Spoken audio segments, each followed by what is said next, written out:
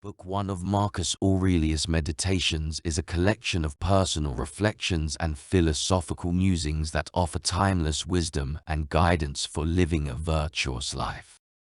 As one of the most famous Stoic philosophers, Marcus Aurelius' writings reflect his commitment to the principles of reason, self-discipline, and moral duty.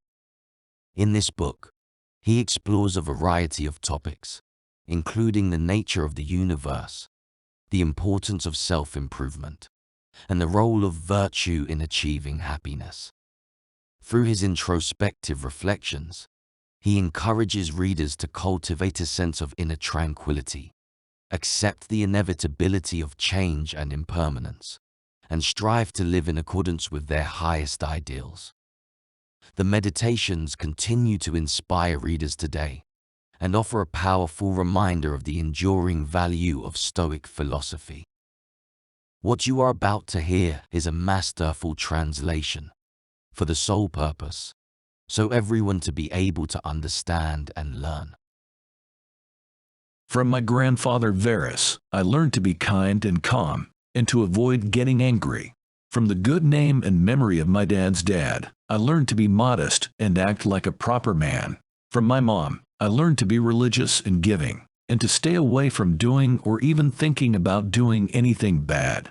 I also learned to be simple in my eating habits, and to avoid overindulging, especially when I have a lot of wealth. From my great-grandfather, I learned to go to public schools and listen to lectures, and to get good teachers at home. And I learned that it's okay if I have to spend a lot of money on these things. My upbringing taught me not to have a strong preference for either of the two main groups of horse racers in the circus known as Persini and Veneti, and not to show favoritism towards any of the fighters or gladiators, like the Parmalarii or Secutors, in the arena. I was also taught to work hard, not to have many needs, to do things myself instead of relying on others, not to get involved in too many things, and not to easily believe in any false rumors. I was taught by Diognetus not to waste my time on meaningless things, and not to easily believe what is said by those who claim to perform miracles, or by sorcerers, magicians, and frauds who talk about the power of spells and their ability to get rid of demons and evil spirits. I was also taught not to be obsessed with keeping quails for sport, or to be crazy about these things. I was told not to be upset by other people's freedom of speech, and to study philosophy instead. I am grateful to Diognetus for introducing me to Bacchius, Tandicis, and Marcinus, and for encouraging me to write dialogues when I was young. I also appreciate his support for my liking of the simple couch and skins used by philosophers, and other items associated with the Greek philosophical tradition. I am grateful to Rusticus for showing me that my life needed improvement, and for helping me avoid common pitfalls. He taught me not to seek fame by writing about standard ideas, or by giving public speeches to encourage others to study philosophy and become virtuous. He also discouraged me from trying to impress others with my athletic abilities. He helped me stop studying rhetoric, poetry, and fancy language, and taught me not to show off by wearing fancy robes or doing other similar things. Rusticus also taught me to write letters that are straightforward and without any attempt to be overly impressive or showy, like the one he wrote to my mother from Sinuessa. He showed me how to be easily reconciled with people who had hurt me, as soon as they were ready to make amends. He encouraged me to read with dedication and not to be satisfied with just surface-level knowledge, or to blindly accept what is commonly said. I also owe him thanks for introducing me to the writings of Epictetus, including his moral commentaries and reflections, which he gave me as a gift. From Apollonius, I learned true freedom and unwavering determination to always do what is right and reasonable, no matter what life throws my way, even in the toughest of times like severe pain or the loss of a child or a long illness. He was a living example that a person could be both passionate and relaxed at the same time, and was never easily frustrated or upset with the lack of understanding from his students during his lectures and teachings. He was a true model of humility, as he never considered himself to be above others and valued his ability to teach and persuade others about the principles of Stoic philosophy more than his other abilities. I also learned from him how to properly receive and show gratitude for kindnesses and gifts from friends, without becoming overly indebted to them or appearing ungrateful. From Sextus, I learned mildness and how to run a family with loving care. He lived according to nature and was dignified without trying too hard. He was careful in observing his friends' personalities and didn't get easily upset by foolish people or argue with those who held popular opinions. His way of speaking showed how to adapt to different people and situations, and though he was more enjoyable to be around than a typical flatterer, he was still respected and revered. He was able to logically and systematically arrange necessary information for living a good life, never showing anger or any other strong emotion.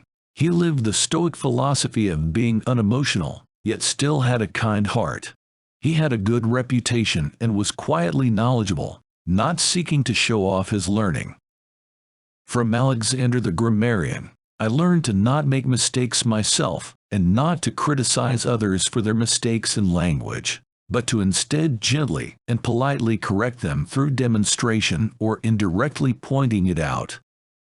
From Fronto, I learned that a tyrannical ruler is susceptible to envy, deceit, and hypocrisy, and that people born into nobility are sometimes lacking in natural affection. From Alexander the Platonic, I learned not to frequently use the excuse of being busy to avoid communicating with friends and fulfilling obligations to them, and not to use this as a reason to put off duties towards friends and acquaintances. From Catullus, I learned not to dismiss a friend's complaints even if they are unjust, to speak positively about all my teachers, and to love my children with true love and affection. From my brother Severus, I learned to be loving and kind to everyone in my household and family. He was the one who introduced me to important figures like Thrace, Helvidius, Cato, Dio, and Brutus. He inspired me to support a just and equal society where the well-being of the people is the top priority. He encouraged me to dedicate myself fully to studying philosophy, to be generous and giving, to always have a positive outlook, and to trust that my friends love me. He was also known for his honesty in dealing with people he needed to correct, and for being transparent in his actions and decisions, so that his friends always knew what he wanted or didn't want. From my brother Severus, I learned to treat everyone in my home and family with love and kindness. He introduced me to important figures like Thrace, Helvidius, Cato, Dio, and Brutus, and sparked my interest in creating a society that is just and equal, where the happiness of the people comes first. He encouraged me to fully dedicate myself to the study of philosophy, to be giving and charitable, to have a positive outlook, and to trust that my friends love me. He was also known for his honesty, as he would directly and openly communicate with people he needed to correct, and his friends always knew what he wanted or didn't want because of his transparent actions and decisions. From Claudius Maximus, I strive to have control over myself in all things and not be swayed by others. I aim to be cheerful and brave in unexpected events, including sickness. I value mildness, moderation, and seriousness, and I approach all my tasks with thoroughness and without grumbling. People believed everything he said and felt that he spoke his mind and acted with good intentions. He never expressed surprise, was neither too fast nor too slow, never confused or discouraged, nor behaved inappropriately or excessively laughed or became angry or suspicious. Instead, he was always ready to do good, forgive, and speak the truth. He appeared to be straightforward and honest, never needing to be corrected or improved. No one ever felt undervalued by him or felt that they were a better person. He was also friendly and charming. In my father, I observed his gentleness, unwavering constancy in decisions made after careful consideration, modest behavior in matters of honor and dignity, hard work and dedication, willingness to listen to anyone who had something beneficial to say, fair treatment of all, good judgment in using strictness or leniency, avoidance of inappropriate relationships with young men, willingness to accommodate others' needs, impartiality in making decisions, careful consideration in consultations, preservation of friendships, contentment in all circumstances, ability to anticipate and plan for future events, ability to handle financial matters, rejection of flattery, respect for the gods without being superstitious or seeking popular approval, and being prudent in all things. He was not commended for being knowledgeable, eager to please, or a great speaker, but for being mature, sound, and able to lead both himself and others. He respected true philosophers and did not belittle those who were not. He was sociable and enjoyable to talk to, but not excessively so. He took care of his health within reason, not overly concerned with living a long life for being overly neat, but still taking care of himself. He supported others who had special skills, such as eloquence, legal knowledge, or familiarity with ancient customs. He upheld ancient traditions, but did so without drawing attention to himself. He was not easily swayed and preferred stability in both location and activities, and was able to return to his usual routine after severe headaches. He kept few and rare secrets, and those he kept well. Whatever I am is made up of flesh, life, and the part of me that we commonly call reason, which is the ruler and master of my being. Put away your books and stop letting your mind be pulled in different directions, for it won't be. Instead, just like you are ready to die now, think little of your flesh, blood, bones, and skin, which is just a well-made combination of nerves, veins, and arteries. Don't think of it as anything more than that. And as for your life, think about what it really is: a breath, not even a constant one, but a breath that is taken in and let out every moment.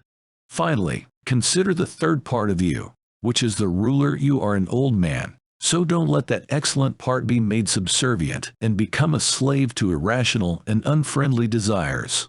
Don't let it be pulled around like a puppet by those desires, and don't let it complain about the present or fear the future, which is determined by fate. Anything that comes directly from the gods is completely dependent on their divine providence.